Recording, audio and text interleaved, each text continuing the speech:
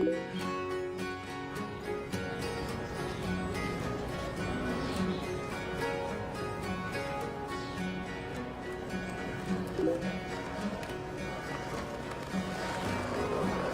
so I just want to say thank you for all coming out today. I appreciate everyone spreading the good word, the inspiration being passed on. Obviously, everyone's seen the movie. Have we had any people here that have done a reboot?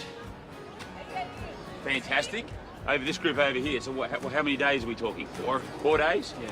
6. You're on day 6? Yep, day 7. Day 7? Fantastic. 3 days. You're on day 3? How you feeling? Good. Well, you don't need to call 911 for anyone on 3 days of juice, right? We're okay, we're all alive, we're hanging in there, right? America is in the midst of a brand new juicing craze, and I've got the man who some say started it all. 2 years ago, Joe Cross was, in his own words, fat, sick, and nearly dead. I've got a thing called chronic urticaria, which is like a chronic rash. You got a what? Or it's an illness, you know, like a disease. To save his life, he did something radical. He hit the road with a juicer in tow. And I've got the juicer. Now, this stuff will save your life. Cheers. Good health. Drinking only fresh juice for 60 days. That decision transformed his health. So, anyone that done the reboots in the past, anyone done more than 20 days? Oh, wow. So how long did you go for? 21. Okay, oh, well, lucky I chose 20 rather than 30, eh?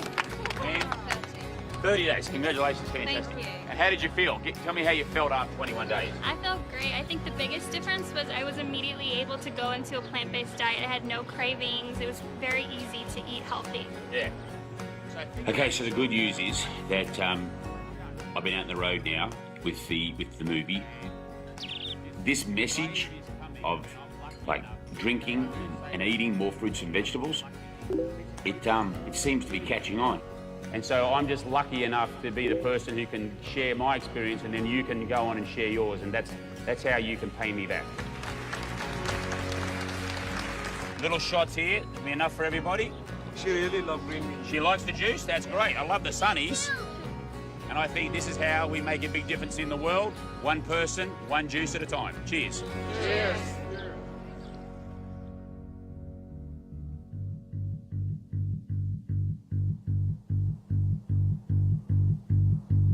I'm gonna be around my vegetables. I'm gonna chow down my vegetables. I love you most of all, my favorite vegetable.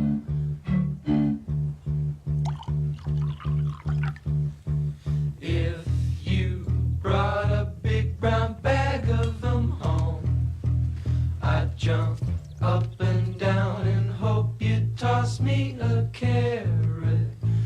I'm gonna keep well my vegetables, cart off and sell my vegetables. I love you most of all, my favorite vegetable.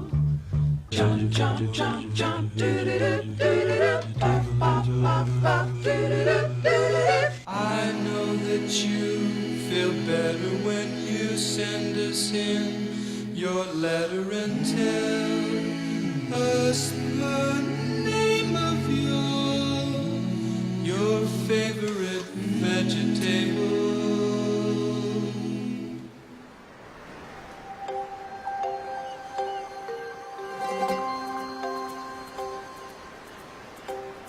Well, I'm back on Manly Beach, and it's been 5 years since we wrapped up Fat, Sick and Nearly Dead.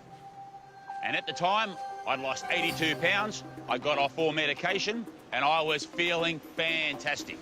Well, I've learned a lot these last 5 years, and one of the big things I've learned is, yeah, it was hard to drop the weight, but boy, is it tough keeping it off.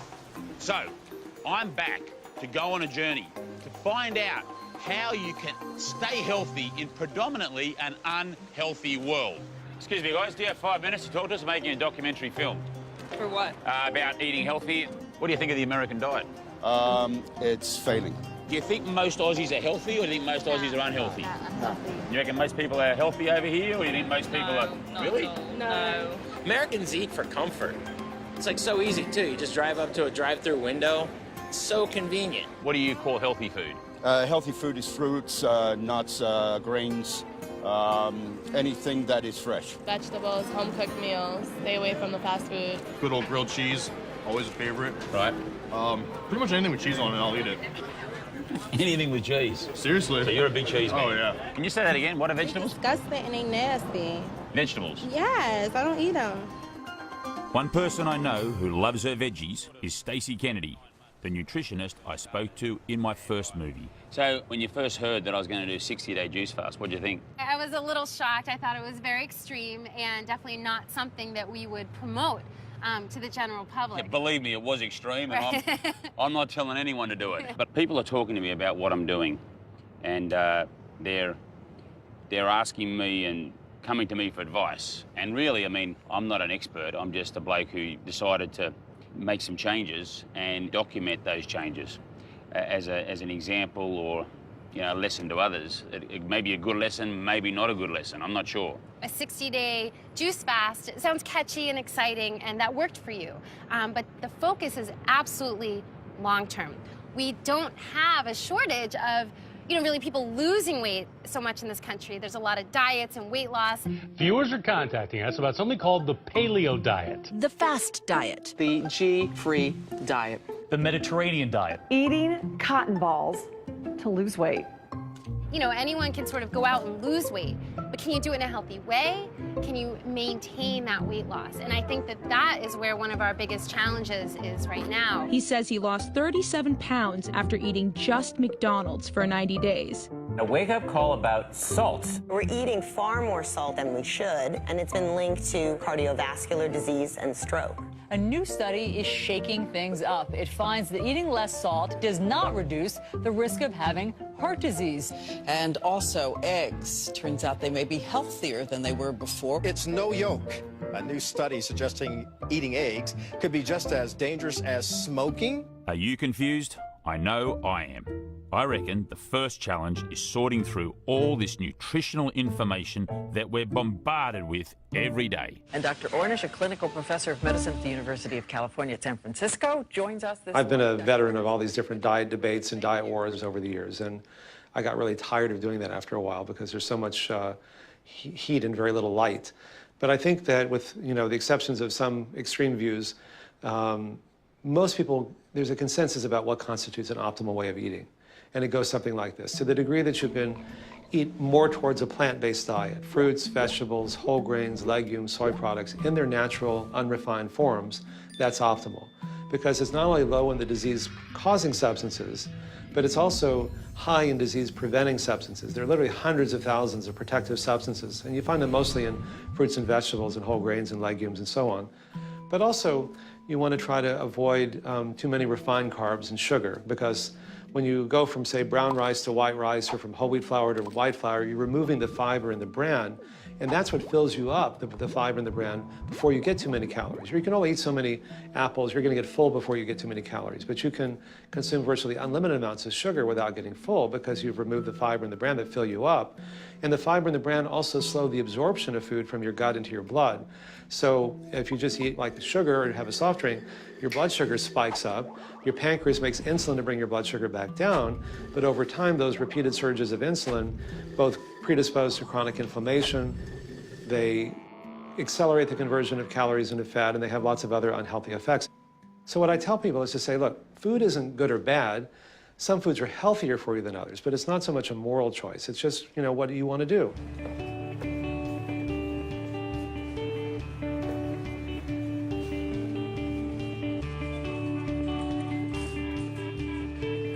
This is a part of the world I never used to spend a lot of time in. I used to look at it as like, vegetables, fruit, Now, I kind of get like really excited when I come to a place like this, like the produce section. All this colour just bouncing out at us. You know, you've got your reds, your purples, your yellows, your oranges, and your greens. And that has been a really big change. When you think about it, there's really only three things we can eat: plants, animals, and processed food. But for most of our history, we've only had two of those: plants and animals. Processed foods have really only come along in the last 70 years. Think of hunger this way. When your cells need supplies, they pick up the phone and call room service. A message is sent to the brain saying, Joe, we're hungry. Send food and send it now.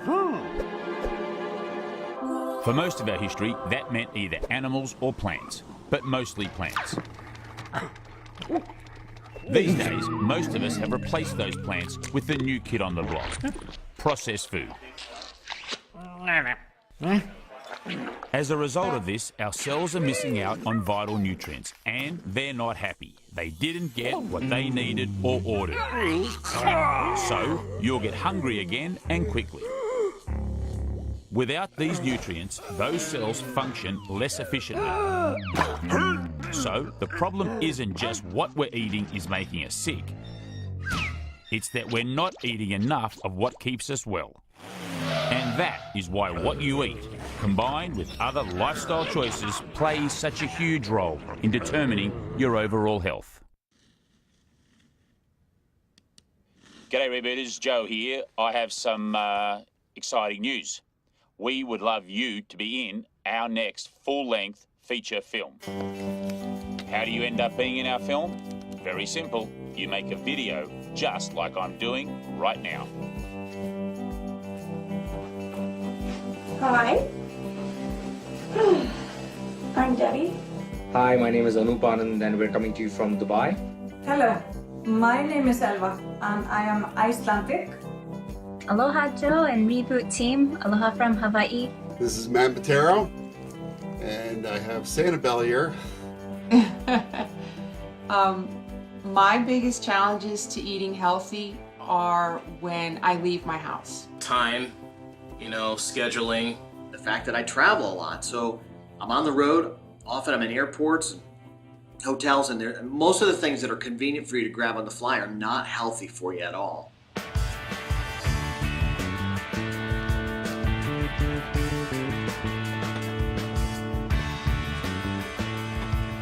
So this is basically my life these days, in and out of airports.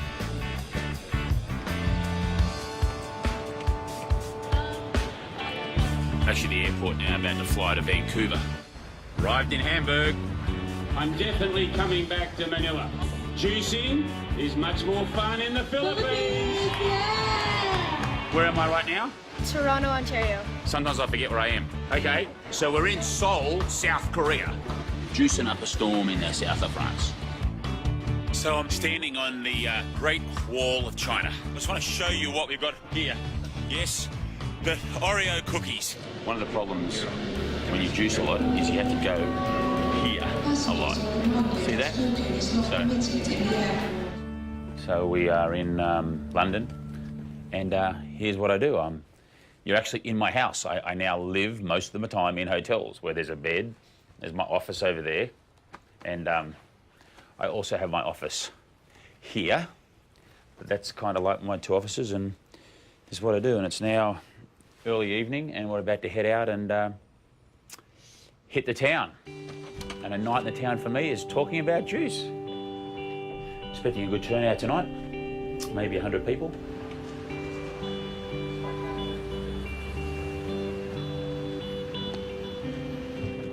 See you, mate.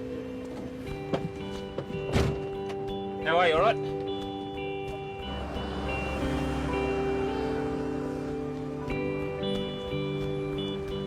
Now, I'm going to ask the audience, stand up if you've done a reboot. Okay, fantastic. Stay standing if you juiced for more than 1 day with just juice only. Keep your hands up if you've juiced for more than 3 days. So 3 days or more, keep it up. So more than 10 days. How about more than 20 days? There's a few other things that have changed. I have to wear glasses now. Hair's got a lot greyer. But still, I feel great. I feel young, feel good, feel healthy, feel alive, and I work really hard and I travel a lot. So I'm hanging in there and I'm doing it, and it's working. It's filling up nicely, as you can see. Yes. Can I just say that you have quite literally saved my life. Oh, thank you very much. That's very kind of you to say. I was diagnosed about 3 years ago with fibromyalgia, which is chronic tiredness, chronic pain all over my body. I've now been juicing at least twice a day since May, and I'm no longer on any medication. I don't walk with a stick anymore. I have no pain, and I feel absolutely amazing. I feel now I've got a life ahead of me instead of a death sentence. Congratulations, that's awesome. Thank you. Well, I look at it as it's down to you. Please don't think I get blasé about hearing it. Every time I hear it, I am just touched beyond words. So thank you for sharing with me. I suffer from Crohn's disease since I was like 17 years old. I'm 32 now. And after seeing Joe's movie last year, it inspired me to go buy a juicer.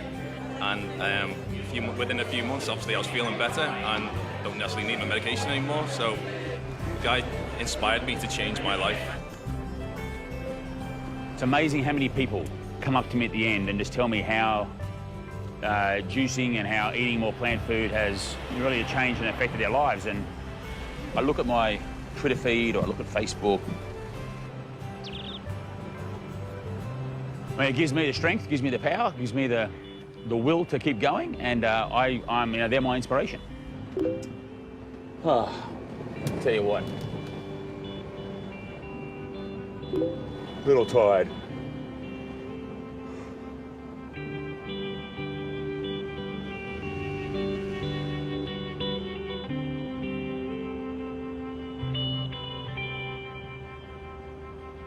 Look, it hasn't been easy, first to admit that, but over the 6 years, I kind of started out, as we all know, around 310, 320 pounds.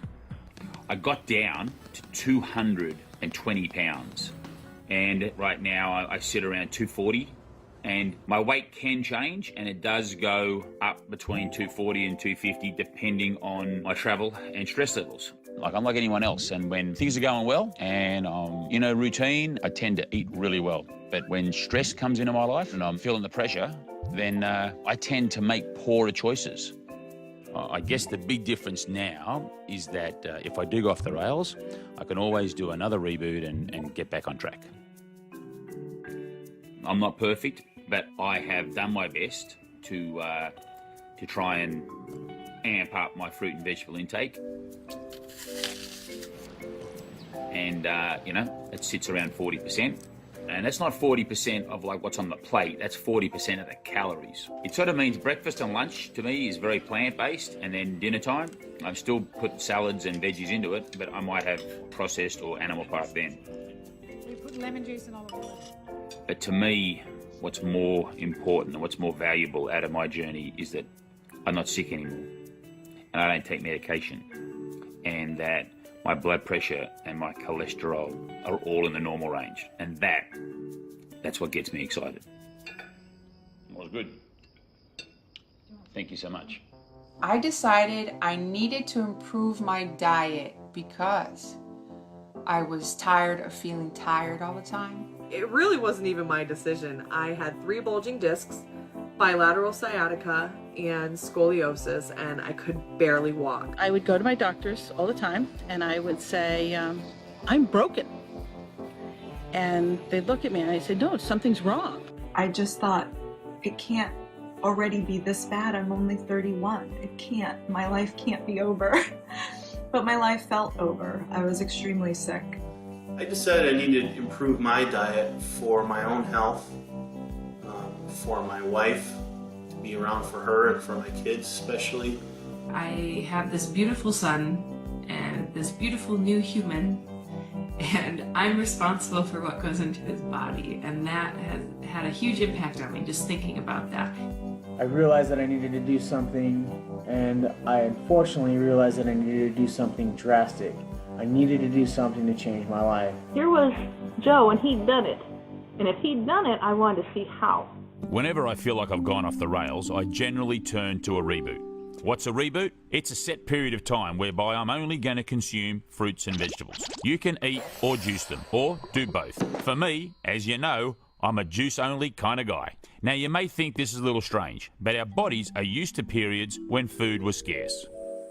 Imagine you're back in time and you're on the savannah and there's not a lot of food around. The first few days, you're going to be doing it tough. You're going to be hungry and tired. You're going to have pain and misery, and you're not going to want to move. But hang in there. This is all part of survival. your body is giving you hard-to-ignore signals, which remind you to eat. Since you're not getting as many calories as you're used to, your body will start burning its energy reserves stored in the fat and muscle. It's different for everybody, but for me, I burned 70% of my energy from fat and 30% from muscle reserves. Now, around day 3 or 4, your body's going to say, "Hold on a second. I don't know how he's ignoring all these signals I was sending." You see, making you tired and angry wasn't working, so it's time for Plan B. Let's call this survival mode. First, the body will switch off hunger, because that hasn't been helping. Then you'll experience better focus, better hearing, better eyesight, a better sense of smell, and lots of energy. All the things you need to find food.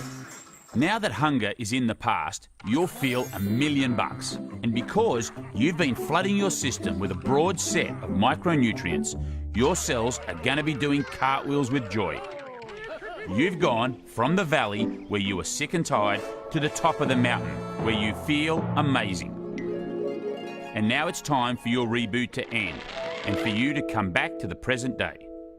You've now reset your taste buds and your body will crave healthier food. But this is only the beginning. The food choices you make after the reboot will determine if you stay on top of the mountain or start to slide down the hill. And the good news is there's always another reboot to get you back on top.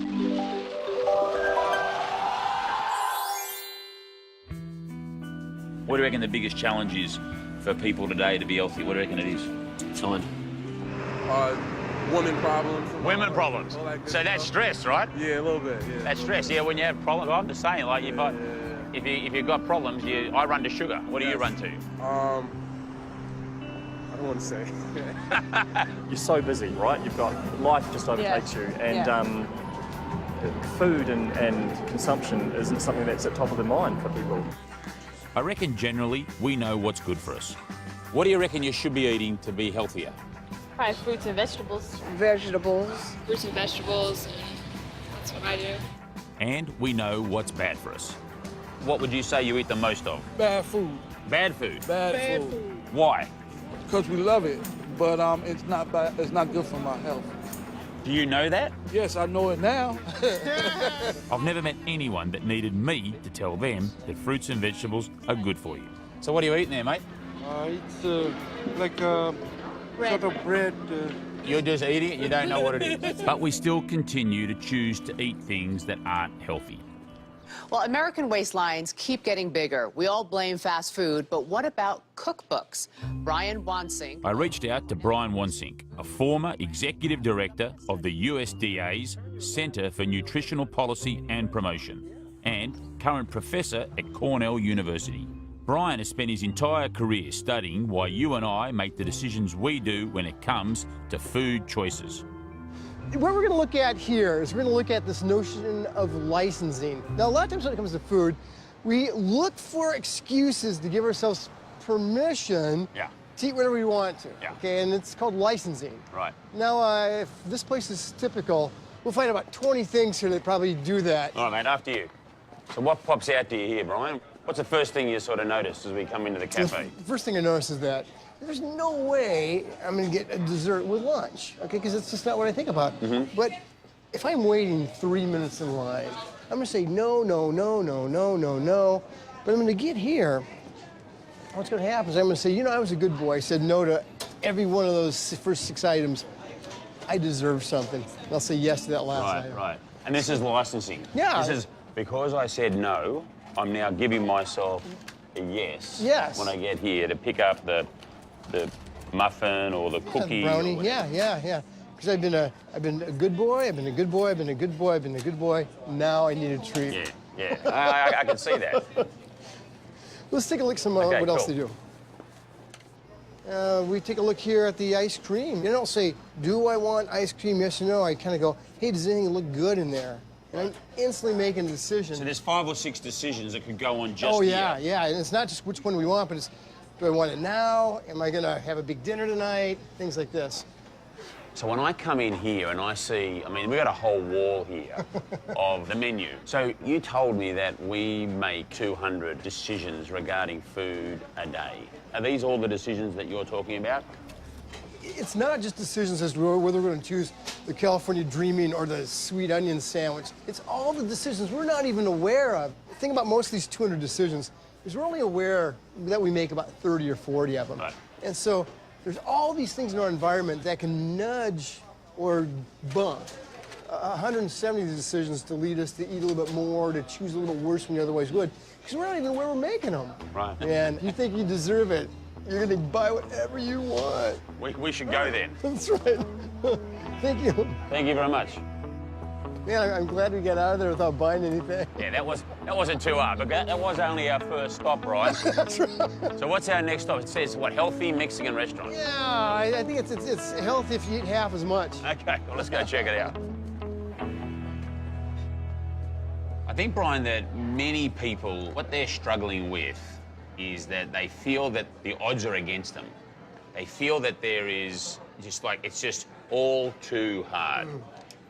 When we talk about the odds being against them, how much of an effect does marketing have on people's food choices and what they eat? Anything that makes a food more attractive makes it more appealing to us. But it's not just what a marketer does, it's what our grandmother does when she says, oh, here's grandmother's, special apple pie.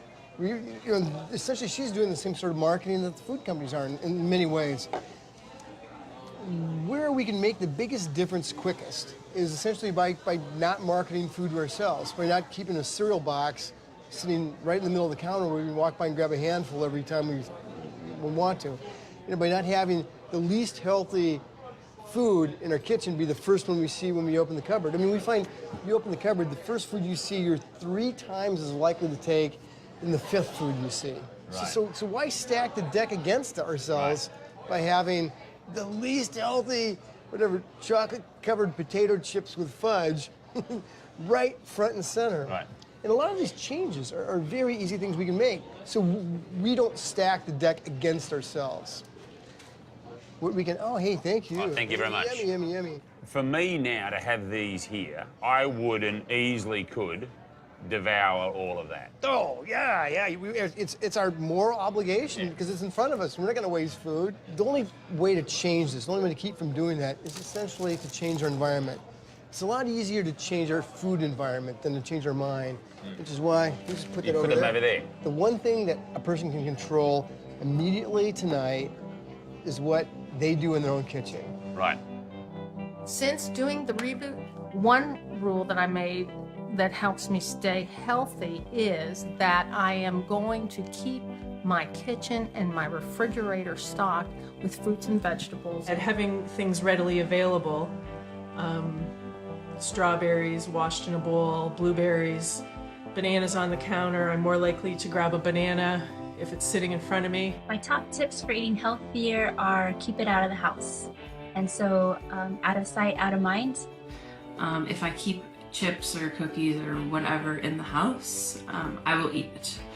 And so even if it's not mine to eat, my husband will bring home junk food for him and I'll end up eating it. So we've now established that the home is a healthy place and it's really made a big difference.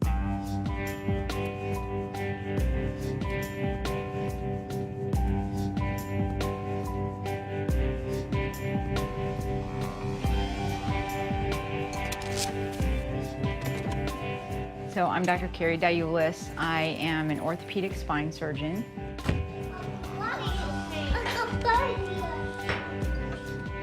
I have struggled with weight issues my entire life. And while I was pregnant with my son, I had a lot of complications related to that. And I ended up in the hospital for well over a month. And they said you could have a stroke, you could permanently lose your vision.